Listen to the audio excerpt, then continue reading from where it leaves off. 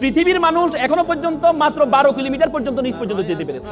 সেটা কে করেছে জানেন? 1970 সালে সোভিয়েত ইউনিয়ন। তারা চিন্তা করলো তারা পৃথিবীর নিচে যাবে, কারণ তারা জানে পৃথিবীর নিচে হচ্ছে কি আমাদের বরাবর নিচে হচ্ছে কি আমেরিকা। আমরা যদি এখানে যে 6টা বাজে, আমেরিকাতে 6টা বাজে, রাত 6টা বাজে, দিন 6টা বাজে, রাত 6টা। সে চিন্তা করলো নিচ দিয়ে যাবে। তখন তাদের গবেষণা করে তারা নিচে যাওয়া শুরু করেছে সাইবেরিয়া অঞ্চলে। নিচে গিয়ে তারা 12 কিলোমিটার পর্যন্ত গিয়ে দেখে সেখানে যেই গরম সেটা প্রায় 2000 সেলসিয়াস গরম। লোহা গলে যাচ্ছে সেখানে, কারণ 1500তে গেলে লোহা গলে যায়। আপনি দেখেন সূর্য আমাদেরকে গরম দেয়, আমরা 40, 50, 60 সেলসিয়াস গরম পাই আমরা। সূর্য আমাদের গরম দেয়, কিন্তু মাটির নিচে কিভাবে গরম হয়? পরবর্তীতে আর যেতে পারে নাই। সেই গবেষণা প্রতিষ্ঠানের প্রধান ছিলেন ডক্টর এসবক। তিনি বলেন, আমি যখন যেতে পারছি না তখন আমি একটা মাইক্রোফোন পাঠিয়েছিলাম সাউন্ড নেওয়ার জন্য, ভিতরে কি সাউন্ড হয়। বিলিভ অর নট, তিনি একজন খ্রিস্টান। তিনি বলেছেন আমি নিচে গিয়ে একটা সাউন্ড পেয়েছি, সেটা হচ্ছে মানুষের কান্নার আওয়াজ পেয়েছি।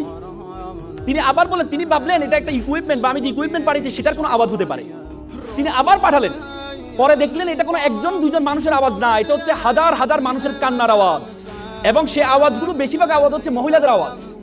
তখন তিনি স্টপ করেছিলেন। তিনি বললেন, I am a communist, I don't believe heaven and Bible, but I believe in hell. আমি জাহান্নামকে বিশ্বাস করি। আল্লাহ রাসূল বলেছেন বেশিরভাগ মহিলা জাহান্নামী হবে, বলেছি কিনা? এবং আমরা জান্নাতের ইল্লিন আর সিজিন, ইল্লিন হচ্ছে যেখানে আমরা মৃত্যুবরণ করার পরে আমাদের বডিটাকে, আমাদের রুহটাকে ইল্লিনে নেওয়া হয়।